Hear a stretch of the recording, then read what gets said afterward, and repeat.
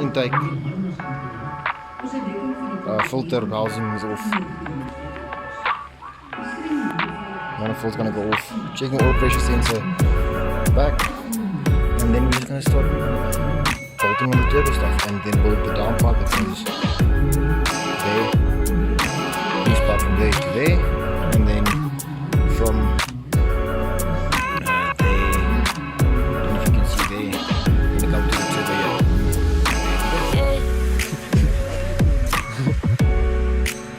Hi guys, welcome to our channel. This is our first attempt at making a YouTube channel, and this is us trying to make something cool, something different, something fun, something a lot of people will frown upon, something a lot of people will love. And I know the critics out there are going to have their opinions about this for sure. So this is what we've got going on. This is my 2012 1.2 Chevy Spark LS. In America it's called the Chevy Beat, if I'm not mistaken. Yeah, I have had this car for the past 2.5-3 years now. It's not a runaway flack, it's not, I wasn't drunk, I wasn't even driving, but be it as it may, it's there. I have to deal with it, it's gonna happen, it's been there for the past 2 years. I have some spares at the moment that we have on for the car and coming off of the car, so the airbox and that stuff's gonna go away. Brakes, spark plug, service kit, ECU, power motor ECU, 4-point wheel pack, which I found out I'm not necessarily going to need, but I'll just keep it for intake that needs to be there. My Audi RS4 injectors, I got them from a friend who says his knowledge is RS4 injectors, so I've got 4 of those. Turbo that's in part, the turbine housing which I made a flange for, welded on, compressor housing, core. Before I was interrupted by my uncle that was grinding the boost pipes. Yeah, this is the turbine housing which I cut a T3 T4 flange for. Something that I just found out after I did all this exercise, the whole exercise of building this. The hole's going to be too small, it's going to cause issues, but I'll deal with it as I get there. I just want the car to be turboed now, and I might later on change my manifold up slightly and go with a KO3 turbo stuff. Turbine housing, the core, vacuum actuated fuel pressure regulator, so something I just found out I needed. Excuse us, me and my uncle. This is Cornell, peace out. Yeah, like we said, we're gonna give it a try. We're both gonna figure out our personalities for the camera in the long run, and we'll just have to go with it. But yeah, currently this is the state of the vehicle. The whole front clip is, well, the bumper's off, the headlights are out, and that's about it stripped from the front, cosmetic wise. Inside the engine bay, this power steering pump bracket, which my uncle corrected me on earlier, is, well, we had to take this off to get to this last bolt here on the turbo manifold, and the turbo manifold just slides on perfectly with a plate that I laser cut it at work, and I got it machined and skimmed nicely for perfect seal with a new exhaust gasket that's in the car with the spares. A T3 T4 flange that matches up with the turbo, which also is going to be too small because it's going to start cracking here at the bottom of the collector being too small. I need to drop that down, make that bigger to get rid of more pressure more quickly before I get heat. But this is going to work for now, and we're going to run it like this. I'll make a new manifold a little bit later on and get it nicely machined and skimmed and polished and whatnot to make it nice and proper. So that's the situation going on here. Power steering pumps loose, and now we are busy doing the boost pipes. There's the boost pipe coming down. We're busy doing the measurements with mocking up with the 90s and typing it up to the throttle body coming down. We're going to do 245s, and then we're going to go through there. Well, the original plan was going through here, this small little recess gap that we've got here to work through to go up to the throttle body.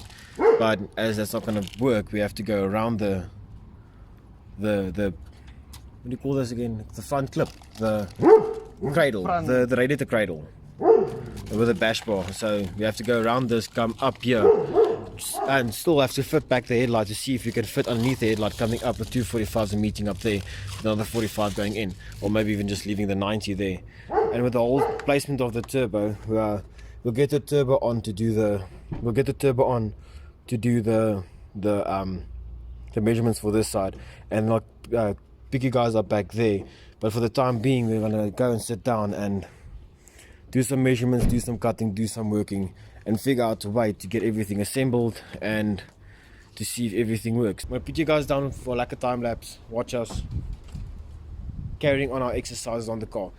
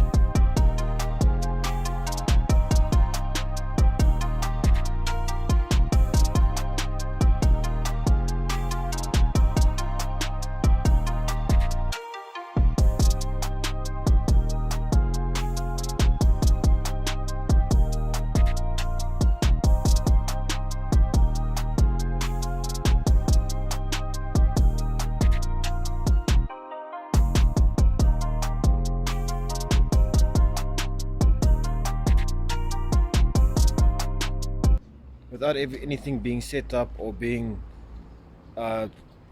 welded or anything, just to have a dry fit, as Cornell said. This is what it looks like, and we're currently at the point where we just use a bunch of masking tape and use that and cut the pipes. Full 50 mil stainless steel pipes. We're trying to do as minimal cutting to the car. I almost took the cutter to the car, as you could have seen in the one part there. I was there really close to cutting it, and then I realized this, I don't have enough space to do the same as what has been done on the passenger side. So at the current point, this is what the car looks like. The headlight was no need to take off in the first place, but I thought it might just make access easier, which it has done and it hasn't done. So it's been put back on. This side has been taken off and put back on and taken off and put back on multiple times. Cornel's been doing a very good job with doing up that side with a little bit more complicated design, but that was just the luck of the draw, because I started and he just jumped and I'm like, you know what, screw it, I'm going to do this side. So this is a 63 mil coupler here that connects to the boost pipe right there, goes into a 50 mil stainless pipe, and we took a 90-degree bend and we just tilted it at a 45-degree angle, roughly eyeballing it. It's probably mostly like about 30 degrees most likely, but anyways, then it makes another correction to make it up about a 10-degree angle, so it goes up nicely and meets up with the other part of that angle that we use. A small piece right down there, we use that to fix up this part, and with the turbo sitting at this in this position right here, right there, it meets up quite well. And then we just need to use a small silicone pipe to make it nice and flexible, and then also we're going to cut this pipe down in the middle to make a nice gap there, so it can have another piece of flexible point. But on this side, it's going to be a little bit more of a complicated super tube situation going on here. So it's going out with a 90 that's basically parallel, and it comes up with another 90, a bit of off-cut exhaust pipe that we had left because we did the tip on the car. We got that there into another small piece of 90 angle that he just cut off at a slight angle, and when you cut that off, it goes right underneath this gap right here underneath the light, so there's perfect fitment. As you can see, the next pipe is right there, so this one just needs to get a little chop right there, and then it meets up perfectly there. So we were thinking of maybe putting another piece of small straight pipe right there to make it nice and short, and just have a small little gap to fill with the silicone pipe, because that goes up with another 90 small straight pipe, 90 straight pipe into the throttle body. And now we're just going to tack everything together, get everything sorted, and then we can send it off to get welded. The main goal here is to do double the horsepower, and to accomplish that specific number, we need to get the car on a dyno standardly, but in a standard format, I guess that's what you call it, in a standard format. And with doing that, we need to take it to the dyno as is. But unfortunately, I didn't do that. But we have to go on basic figures of the flywheel torque, the flywheel settings on the car. That's about 50 kilowatts, 55 kilowatts, or whatever the case might be. I'll just go look specific. I'll just put the link right there to show you the specific numbers. I think it's about roughly about there.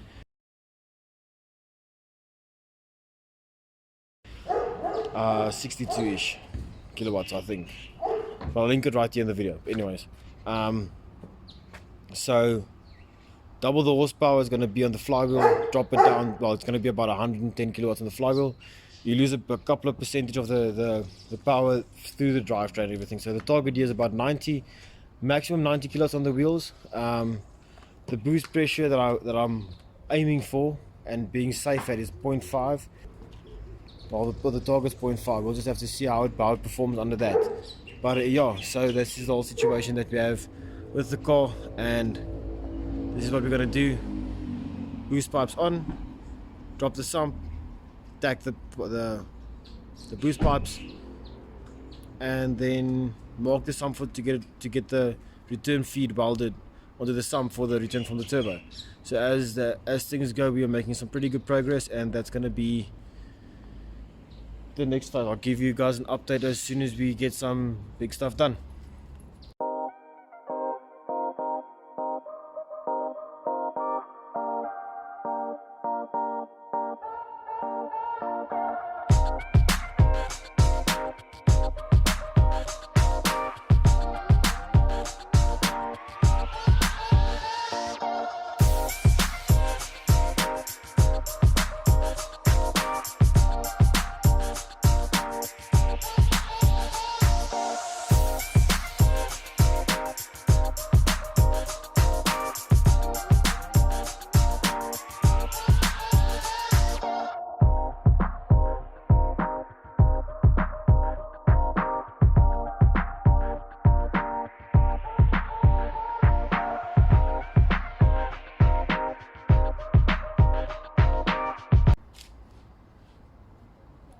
Morning guys, it's the next morning, but we're just doing some simple, I want to say simple because it wasn't really that difficult, some boost pipe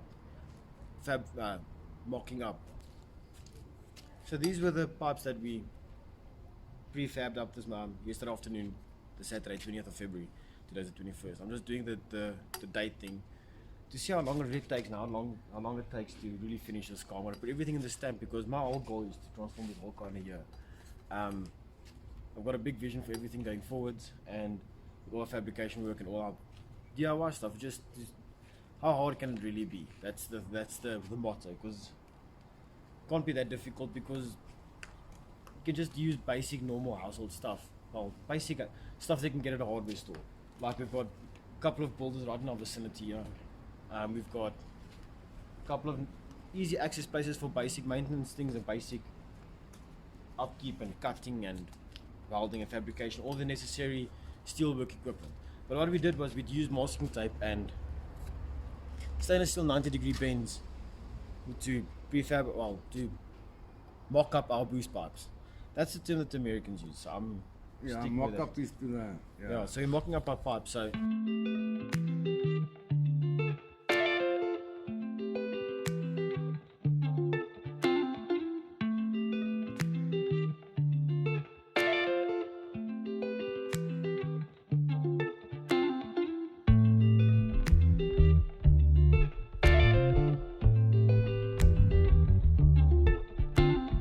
discussion, a quick thing. Took off the intercooler because I saw I had to do some fabrication on the one part there on the corner to not be rubbing on the boost pipe with vibration and stuff like that. Eventually it will be rubbing through and will cause a springer boost leak, and then that's just going to be a headache to sort out later on when the whole car's being assembled. And yeah, so now plan of action, I want to drop the radiator coolant, get everything out there, get all the dirty work done. I want to drop the sump, but I want to loosen up everything, drop it off, loosen up the whole sump, then take off the nose clip, and then after that I take off the last few bolts and stuff I need to take off. I need at the bottom to take off the sump, get it all cleaned up, get it all done and dusted, so I can just get underneath, get down and get out finished, all sorted. But now quickly we need to run to the hardware store and go and get some cutting discs, some bolts for the turbo.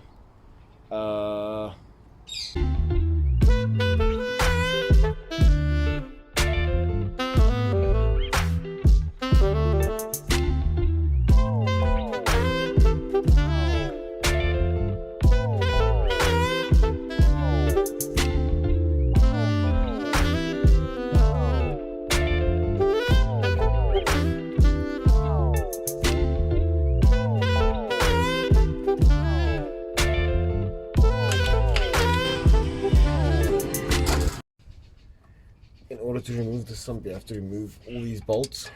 I think there's like 10 or 15 of them around here, and then there's 3 bolts here on the flywheel. So I'll quickly just take these off and then we'll get them ready, get the sump ready for welding.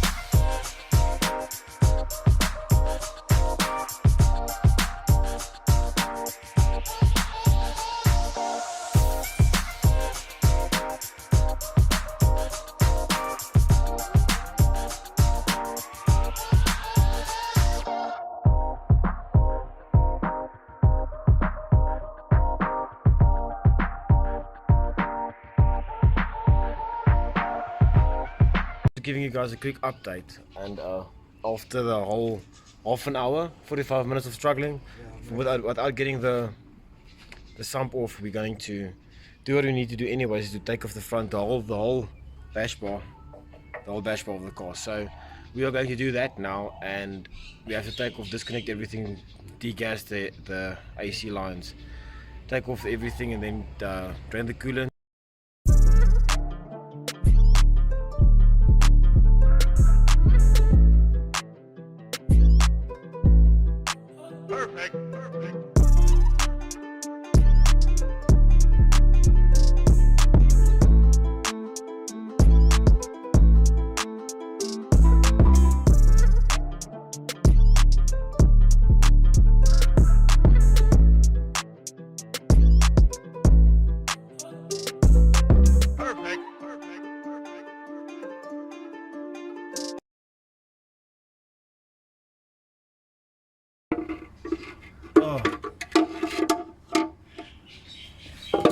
Finally got it off. These corners are absolutely tiny. Check there, it's absolutely puny. So let's see how long they last, how much power they can make, and we'll take it from there. But yeah, the sump's off. Everything looks pretty good. I'm pretty happy with the condition of the motor. Well, since I've been owning it for the past 40,000 kilometers, it's not been too bad. Actually, it looks really nice. Pickups all nice and clean, nothing too bad there. A very small, very small flywheel I see there. But yeah, now we just have to take off the last few things and then be ready. So yeah, we'll give you guys an update as soon as we get there.